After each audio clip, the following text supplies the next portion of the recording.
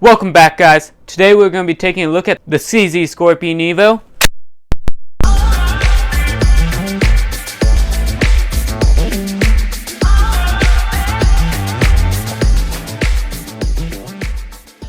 So what is Scorpion EVO? This Scorpion EVO is a PCP, a pistol caliber pistol. What makes this one a pistol is it has a pistol brace from SB Tactical and only has a 7.5-inch barrel. Therefore, this is legally a pistol and not a carbine. Starting off with some of the specs, this Scorpion comes in about 6 pounds, 8.4 ounces, unloaded. And with a loaded 20-round mag of Federal HSTs, it comes in at 7 pounds, 4 ounces. With the pistol brace extended, it's coming in about 30 ounces from the end of the muzzle to the pistol brace. And with that brace folded, it's coming in about 21 ounces from the first point on the folded brace to the muzzle. Now, this here is a pistol brace. It is not a stock. But if you measure the length of pull from the pistol brace to the trigger, it's at 13 ounces. The thickness of the Scorpion is right about 2 inches. And with the pistol brace folded, you're looking at about 3.5 inches. Now, this is a 9mm direct blowback. Now, the Scorpion EVO, it'll come with 2 Gen 2 20-round Scorpion mags. So the Gen 2 mags, they've changed them up a little bit. They're no longer translucent, but they do have a window on the side so you can see how many rounds you have in the magazine. You have the Magpul PMag. This is a 35-round magazine for the Scorpion. I've been running these a lot lately, and they have been 100% reliable. You also have the Palmetto State Armory 35-round magazine. These are for the PSA AKV in 9mm. They also work in the Scorpion EVO. One downside of these magazines, they're not drop-free, but they do have steel feed lips. They've also been fairly reliable, but they don't drop free. While the Scorpion EVO is a pistol caliber pistol, its magazines more represent a rifle magazine than it actually does a pistol magazine. You can see here we have a Scorpion EVO magazine versus a PMag for an AR versus a Glock magazine. On the Scorpion magazine, you just push them in the top, similar like you would on a PMag. Versus with Glock magazines and most other pistol magazines, you have to push in and push back. So now going over the features of the Scorpion. First up, we're going to take a look at the pistol brace. This here is from SB Tactical. The brace itself, they call the SBT EVO. So the brace, you'll hit a button here, and that's what's going to control if it folds. It's not a heavy brace, which is good, so if you're moving the Scorpion around, it's not going to unfold on itself. But when you need to, you can just pop it open. The brace is mostly rubber, but it is connected to a aluminum mounting plate that connects to the EVO. Now, when you're putting this plate on, it is pretty stiff and a little difficult to get on there, but with a good tap on it, you can get it on, and once it's on, it's seated pretty well and you don't have any issues with it. You can also open the brace up and then slip your arm through there. Now, if you don't work out or have extremely small arms, that works out for you. But if not, if you're actually going to shoot it how free men shoot it, you can occasionally, sporadically, and unintentionally support it off your shoulder, as long as your main purpose is not to redesign this as a stock, because it's a pistol brace. And that's how the ATF has classified it. But with that in mind, it's not a very thin brace, so that actually makes it fairly comfortable if you choose to support it off your shoulder. So when you are running that, it doesn't dig into your shoulder too much, so it's actually pretty comfortable to shoot, even over high volumes of fire. So the brace, you can still shoot the Scorpion EVO with the brace folded. And then when you need to deploy it, you can just deploy it out pretty well. Does have a 13-inch length of pull from the brace to the trigger. On top, we do have a 1913 Picatinny rail, so it gives you about 16 inches of rail on top.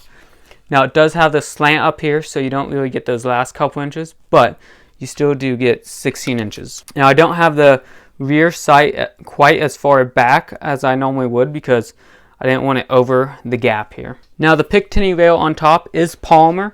And even though it's polymer, having a red dot and iron sights, I have not had any issues keeping zero. So moving on, next we're going to look at the pistol grip. Now if you watch any other reviews, it's pretty similar to what they say. The pistol grip is pretty steep. Angle on this pistol grip more represents an A2 pistol grip like you see on ARs with the angle it's at. At least if they're picking that angle, they didn't put the little finger groove nub like the A2 has. The pistol grip itself is adjustable, so you can move the pistol grip forward or backwards. If you're trying to adjust the length to the trigger, if you have bigger hands, you might want to move it backwards. If you have smaller hands, you might want to move it forward. Now, while it is steep, it's still manageable to shoot, but the aftermarket has really taken care of giving other options if you want to switch this out. Now, they did add this kind of funnel at the bottom, which if you don't have huge hands, it doesn't even do anything. Another thing about this pistol grip is it is pretty smooth, especially on the sides, but they did add a little bit of grooves here on the front and the back of that pistol grip, which the way your hand works, that does give you a little more traction being on the front and back than on the sides. Overall, it is still pretty smooth, so if you're shooting in the rain, it's muddy or something, your grip might not be as good as you would prefer it to be. And my guess of why they made this that large is if you have larger hands, it'll help push your hand up into the grip.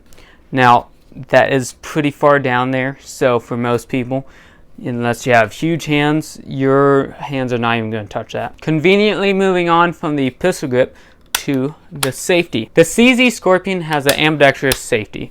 You can get that on either side, and you can see here it's identical on both sides. At first, when I picked up that safety after hearing all the reviews, I thought it was pretty usable. It's actually, especially the right hand side, that safety works well. Even on the left hand side, it makes it very usable if you're trying to hit that with your trigger finger, so you can hit it at the same time, and it does make it quite usable until you go to shoot it. If you're someone who doesn't shoot your firearms a lot, you'll probably never think anything of this safety. It works well, but when you're actually using the gun, running the gun, the trigger finger side of the safety, it tends to push on your finger under recoil and actually will rub your finger raw after a couple hundred rounds of shooting. I first got this Scorpion EVO. I went to range, put about 250 rounds to it, and then the next day I ran it through a rifle class. So that first day, even after 200 rounds, I could feel it start rubbing on my finger, but it wasn't a big issue. But then that second day, once I started putting more rounds through it, I could really start noticing it was rubbing on my finger. But there's no need to fear. The aftermarket has seen the safety as a downfall and has really taken care of that. There's a lot of aftermarket safeties that you can buy for the Scorpion EVO. And for the bolt catch, what can I say? It's an A+. Okay, on a serious note, the bolt catch is extremely usable.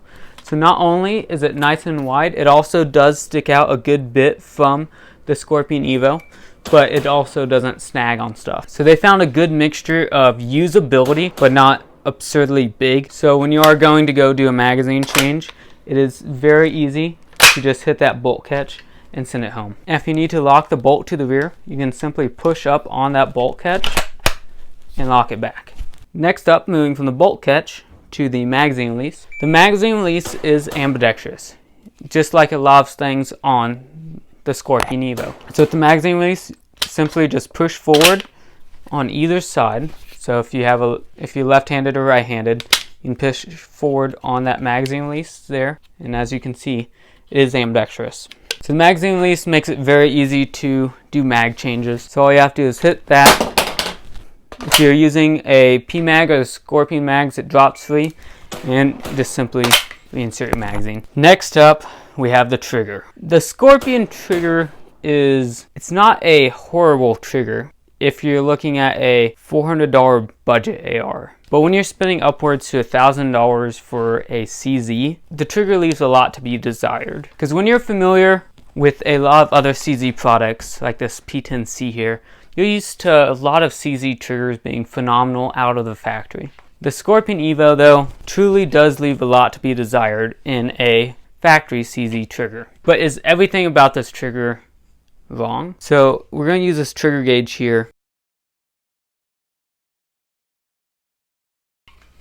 Yeah, so that's pulling about 8 pounds. So the trigger itself is pulling about 8 pounds, which is quite heavy, and that's if you're giving it the best possible chance by pulling it at the bottom. Now if we actually pull it where kind of towards the middle, where a lot of people are, it's actually going to be a little heavier because here it went past 8 pounds. Now what you'll see is a lot of people say, but it's a mil-spec trigger, it's a duty trigger, they want it to be heavy for those duty uses. But as we can see with Glocks and a lot of other handguns, a duty trigger doesn't have to be 10 pounds. Even on a rifle. With a rifle, you can run a 5-pound duty trigger and still be safe. If you're also running that safety, there's no need for a 10-pound trigger. If you're going to have a negligent discharge with 10 pounds, you're going to have it with 5, and vice versa. 5 pounds is not an unsafe trigger pull. That being said, again, aftermarket has come in to fix the trigger issue. For $10, you can get HB Industries trigger kit and throw in here and drop it down to 5 pounds. But outside the weight, the trigger isn't horrible for outside the weight. It is a single stage trigger. If you can see here, it doesn't have a horrible... The travel on that trigger is not horrible. It's where it could be. It's not the shortest trigger travel, but it's also not the longest. And the reset is also not horrible. One thing the trigger does well is once you release the trigger wants to spring back into reset. So it actually assists your finger in getting off that trigger, making it where you can get on the trigger quicker to make quicker follow-up shots. So the reset on the trigger and the ability to get off the trigger is actually fairly good. Just the initial weight of that trigger is not good at all. When you're running a 9-pound trigger, that's quite heavy for a duty or defensive gun. The reset is good, the weight is quite heavy, but you can fix that with aftermarket stuff. Next up on this gun is we do have 2 sets of sling swivels. Again, they're ambidextrous.